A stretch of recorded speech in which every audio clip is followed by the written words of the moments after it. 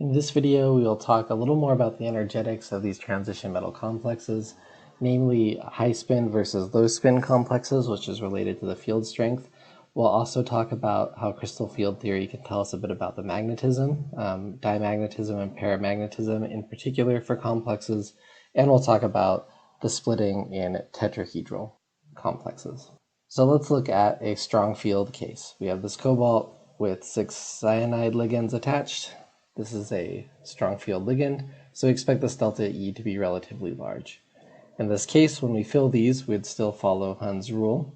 This is going to be cobalt 3. And so this is going to be D6. When we start filling these in, we'd go 1, 2, 3, 4, 5, 6. So we would fill these like we normally expect for one of these electron diagrams, and we see something like this. This is called low spin because between these two positions, all of the electrons are in the lower energy state. Remember, when calculating the total spin, we're going to have plus 1/2 for every one that's pointing up, minus 1/2 for every one that's pointing down. In this case, they'll all cancel out and it'll be equal to 0. In the weak field case, where we have a weak field ligand, when we start filling these, we actually start to violate Hund's rule. The reason for this is when we start pairing electrons, remember we're putting two negative charges in the same orbital. So crowding these together does take a little bit of energy. If the energy from the crystal field splitting is so weak that it is weaker than this interaction from pairing them, instead of putting them individually, we'll actually put them in the higher energy orbital first. So if we were to fill this with counting, it would look like 1, 2, 3, 4, 5, before we put it in the lower orbital for 6. And the total spin in this case is going to be plus 2. So we have 1, 2, 3, 4, 5 that are spin up, and 1 that's spin down, for a total spin of 2. We also want to review this concept of magnetism. So remember, we have paramagnetic and diamagnetic. Diamagnetic is when we have no unpaired electrons. And paramagnetic is when we do have unpaired electrons. So between these two complexes, which of these would be diamagnetic? Right, so just the one with all the electrons paired. So one more example question is predicting the number of unpaired electrons on chromium in this chromium complex. We're given a reminder that ethylene-diamine is a strong field ligand.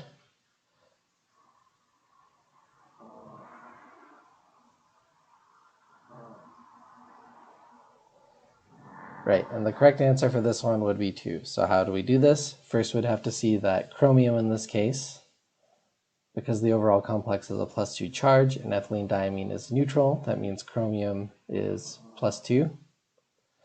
And so that's going to be a D4 complex. With these 3 ligands, it's octahedral splitting. And we can start putting in these electrons. So we'd have 1, 2, 3, and a strong field. So the fourth one goes there in pairs, and we're left with 2 unpaired electrons. The last thing we're going to talk about is D splitting in tetrahedral complexes. So remember, tetrahedral, we're going to have these point charges arranged at opposite corners of this cube. And we can think about how this compares to, again, the d orbitals on the metal.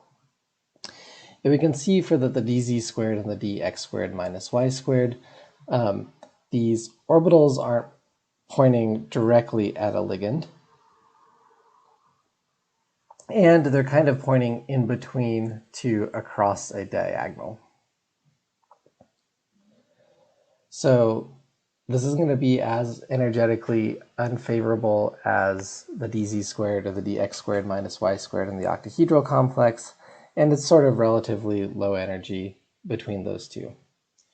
If we look at the xy, yz, and xz case, we can see that instead of pointing in the middle across a diagonal, it's in the middle across an edge. This is a shorter distance. So this is actually going to be higher energy than the case up above. The difference we have here between the octahedral complex, though, is that in no case are these orbitals going to ever be pointing directly at any of the ligands. So this means that the overall energy level order is going to be opposite of the octahedral case. But also importantly, delta E is going to be smaller for tetrahedral case just in general. So if we look at the octahedral, we have these different splits, and depending on the strength of the ligand, this can be large enough that we will actually pair electrons in the bottom orbital first, whereas in the tetrahedral case, this delta E is always going to be fairly small, and the x squared minus y squared and dz squared are going to be in the lower energy. So all tetrahedral complexes are going to be weak field if we're talking about the 3D metals. So they're all going to be a small enough delta E that we will have the weak field case, which also is going to mean that they will be high spin. Let's look at an example. So the charge on chromium in this one is going to be +2. So the electron configuration for this is going to be D4. And so if we were going to write this out, we'd fill them in 1, 2, 3, 4. So all unpaired for this tetrahedral chromium complex. And again, all the tetrahedral complexes are going to be high spin.